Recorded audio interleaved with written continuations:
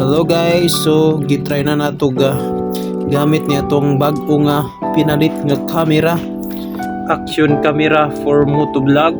So itry natin kung malinaw ba talaga. Nabili ko lang to guys sa Manila. Doon pa yung store nila ngayon, wala pa dito sa Cebu. So ang pangalan pala ng store nila guys kay ELX Action Cam. Napakamura lang to guys, parang naka GoPro ka na pag ikaw na bumili nito. Kung gusto nyong bumili nito mga kamoto dyan, gustong magsimula ng magmoto vlog, pwede lang kayo magpa-COD. I-search nyo lang yung nila, yung Facebook page nila. So ang pangalan pala ng Facebook page nila guys kay ELX Action Cam and Motorcycle Girls.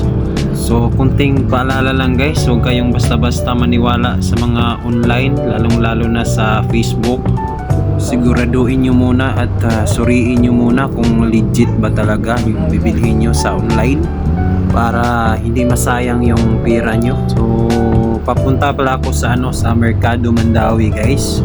Shout out sa mga taga Cebu dyan, lalo na sa Mandawi. So papunta ako ng Mercado ay may bibilhin ako.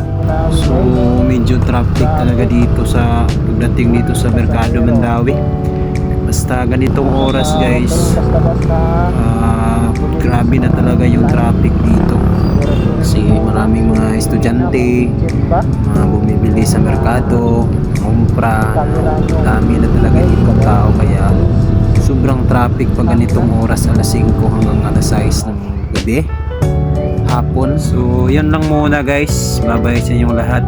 Thank you sa pag-support sa aking video. Sa mga baguhan dyan, baka gusto nyo follow.